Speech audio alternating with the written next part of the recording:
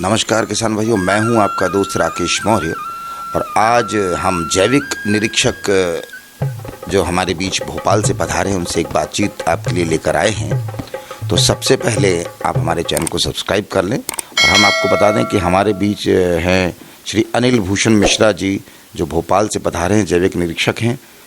आइए उनसे मिलते हैं। किसान भाइयों नमस्कार, मेरा नाम अनिल भूषण मिश्रा है।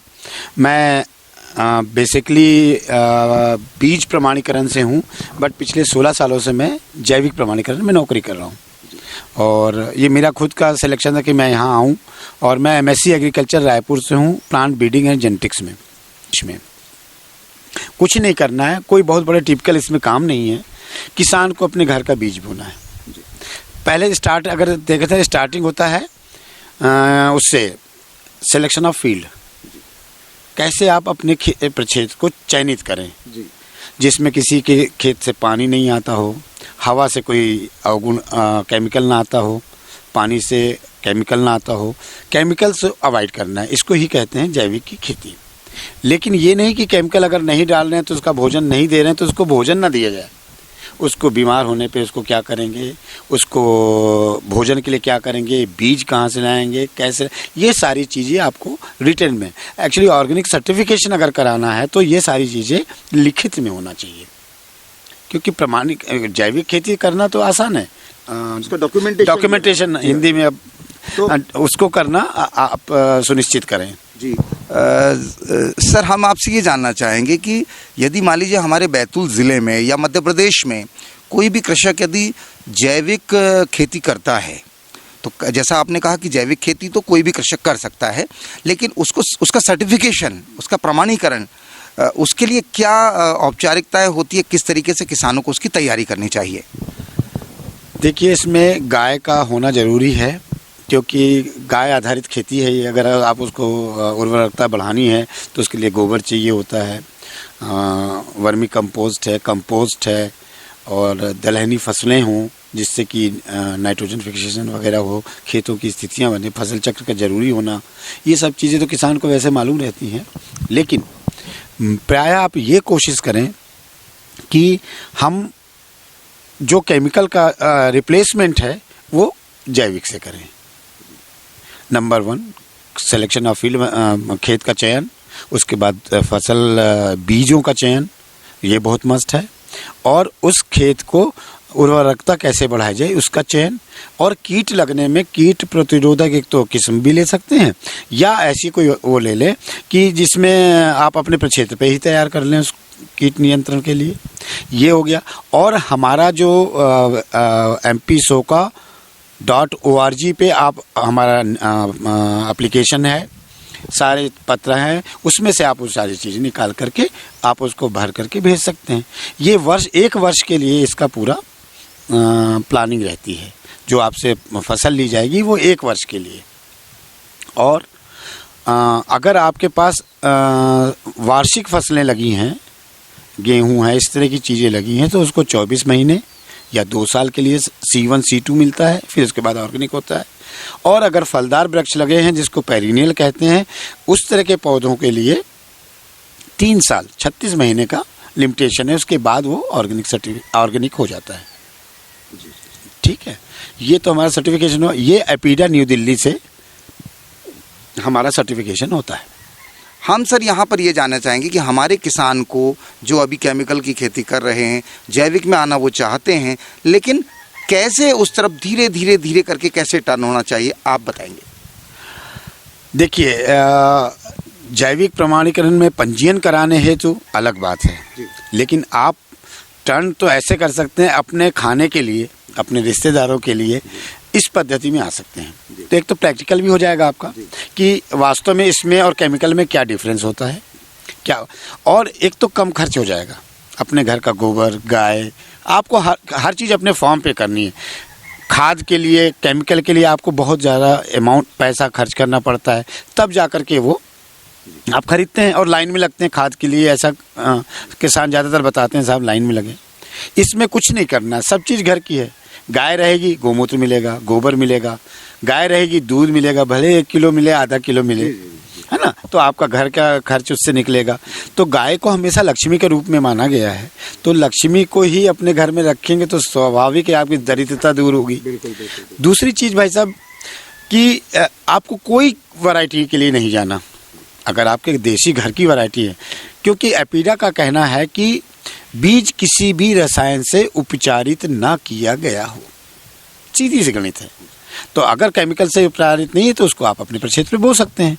आपको पुराने वैरायटीज़ में चले जाएं, खुशबूदार में चले जाएं, तो ये वैरायटीज़ आप अगर धान की है, कुछ चीज़ें ऐसी हैं जो आपके बैतूल रीजन में बहुत बालाघाट बरघाट में वो जो खुशबूदार धान का जो है वो कहीं नहीं है, लेकिन उसकी खुशबू में कमी क्यों आ रही है? क्योंकि वो केमिकल डालना शुरू कर दिए हैं।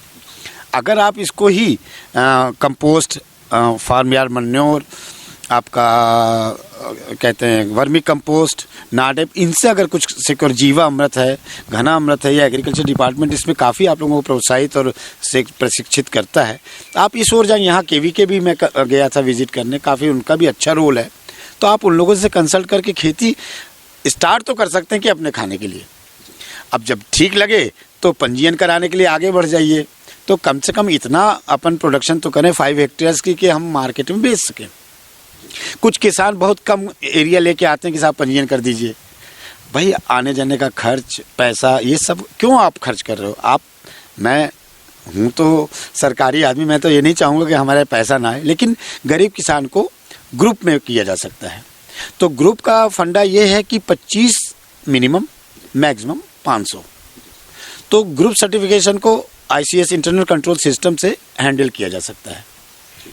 तो आप ग्रुप बना कर सकते हैं, उसमें छोटे किसान इन्वॉल्व हो सकते हैं। बड़ा एरिया जिनके पास है वो इंडिविजुअल किसान कर सकते हैं, और विश्व में सबसे कम फीस हम लोगों की है। तो सर इसमें क्या, जैसे आपने कहा कि कम से कम 25 किसान और ज़्यादा से ज़्यादा 500 किसान इस ग्रुप को बना सकते हैं, ये तो बात ठीक है सर। इसका क्या फ़ायदा उन्हें मिलने वाला है? जैसे जो बीज उत्पादन की जहाँ तक बात होती है, तो सामान्य बीज और जैविक बीज, इसमें रेट वगैरह में अंतर होता है, क्या फ़ायदा किसान को मिलता है? पहले आप वो बता दीजिए।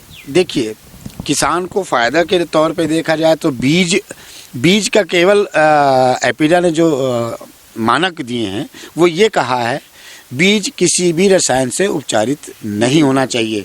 Seed should be not treated with any chemical. ठीक है, ये भाषा का मतलब आप कोई सा बीज यूज़ करें, लेकिन इसको रसायन से उपचारित ना करें। अब घर का बीज है तो कोई प्रॉब्लम नहीं है, लेकिन कभी कभी क्या होता है, एक सुसुप्तावस्था आती है बीज में, बीज सो जाता है, ये समझ लीजिए, डॉर्मेंसी पीरियड कहते हैं इसको। तो अगर उसका जर्मिनेशन घर में उगा के देख लें, अगर आपको लगता है कम है तो आप बीज बदल करके देख लें, और जहाँ से बीज लें उससे सर्टिफिकेट ले लें कि बीज किसी भी रसायन से उपचारित नहीं किया गया है। अगर प्रमाणीकरण कराते हैं तो कोशिश करें कि अपने घर का ही बीज बोएं, तो कहीं भटकना भी नहीं पड़ेगा अपने को।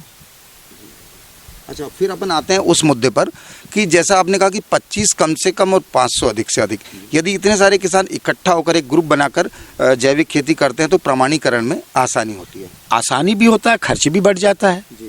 जो एक किसान को खर्च देना है वो ग्रुप में काफ़ी उसमें बढ़ जाता है। हाँ, उसमें एक ये ज़रूर है कि एक ICS का गठन करना पड़ता है, उसमें अध्यक्ष होता है, उसके नीचे वो एक हमारी तरह की एक संस्था खड़ी हो जाती है, और 100% उसको इंस्पेक्शन निरीक्षण कराना पड़ता है हमारी तरह ही।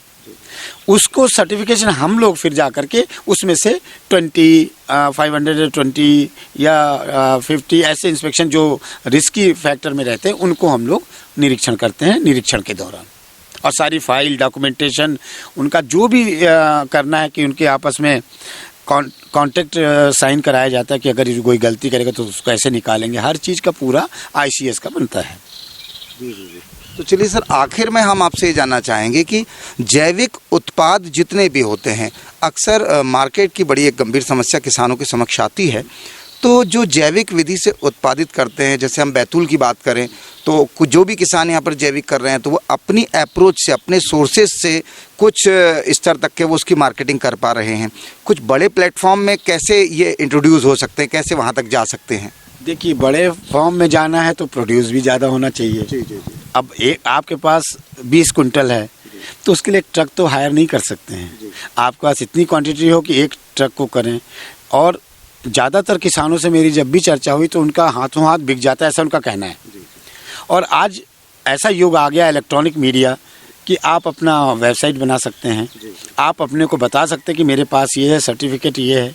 हाँ, किसान ये ज़रूर ध्यान दें कि सर्टिफिकेट कोई मांगे तो उसको पहले से सर्टिफिकेट ना दें अपना, जो कि MP सोका या किसी भी सर्टिफिकेशन, 29 सर्टिफिकेशन एजेंसीज हैं पूरी इंडिया में, तो उनके किसी से सर्टिफिकेट को कोई किसी को इसलिए ना दें कि मैंने को कई किसानों ने बताया साहब ले लिया लेकिन हमारा सामान नहीं खरीदा। तो थोड़ा सा उससे सावधान रहें कि समाज में कैसे लोग हैं, माल दे करके पैसे के लिए इंतज़ार, पैसे की बात ये सब कुछ स्पष्ट कर लें। लेकिन मार्केट तो उनको अपनी खुद को बनानी पड़ेगी। और इसका एक तरीका भी है कि भाई थोड़ा थोड़ा सा सबको खिलाएं, सब खरीद के एक बार देखिए, खा के देखिए, टेस्ट करके, क्योंकि हर चीज़ को समय लगता है। तो उसके सब्जियों का टेस्ट, हर चीज़, उसके फलों का टेस्ट बहुत डिफरेंस होता है जैविक और केमिकल में। मेरा एक किसान है, उसके यहाँ स्किन डिजीज़ होती थी धार के पास, हरिराम पाटीदार। तो उसके यहाँ स्किन डिजीज़ 70,000 रुपये सालाना खर्च था खुजली की बीमारी के लिए। वो हमारे यहाँ पंजीयन कराने के बाद उसने हमें बताया साहब मेरा बहुत 70,000 तो बच गया। पिछले 3-4 सालों से वो खेती कर रहा है। तो ये एक छोटा सा उदाहरण बता रहा हूँ मैं किसान का, कि वो ऑर्गेनिक सर्टिफिकेशन कराता है। तो उसके खेत चारों तरफ पानी से घिरे हुए हैं और एक ही रास्ता है, बहुत कम रकबा है, लेकिन उसने अपने उससे इंटरव्यू देकर बताया कि साहब हमको इससे खुद, और कैंसर अब अपने यहाँ भी घर कर रहा है। आप देखिए मध्य प्रदेश में कभी कोई जो नहीं होता था, लेकिन आजकल उसका भी एंट्री हमारे यहाँ, शुगर तो है ही है, काफ़ी लोगों को हो रही है। तो कहते हैं जैसा खाओ अन्न वैसा रहे मन। तो कृपया खाने पे अगर ध्यान देंगे तो वो खेती से हो सकती है। तो चलिए सर, बहुत अच्छी बातें आपने बताई और उम्मीद करते हैं किसान भाइयों कि आपको इन बातों का फ़ायदा मिलेगा। आज मिश्रा सर ने हमसे जो बातें की सर, इसके लिए आपका बहुत बहुत धन्यवाद। मैं एक चीज़ बीच में टोकना चाहूँगा कि नमस्कार किसान भाइयों, मैं अपना मोबाइल नंबर भी आपको चाहता हूँ कि बताऊँ। मैं अभी यहाँ पे ऑर्गेनिक इंस्पेक्टर के पद पे MP सोका में हूँ और मेरा मोबाइल नंबर है 9425374829। तो आप जब चाहें, कुछ मन में शंकाएं या हों तो आप मुझसे संपर्क कर सकते हैं। धन्यवाद।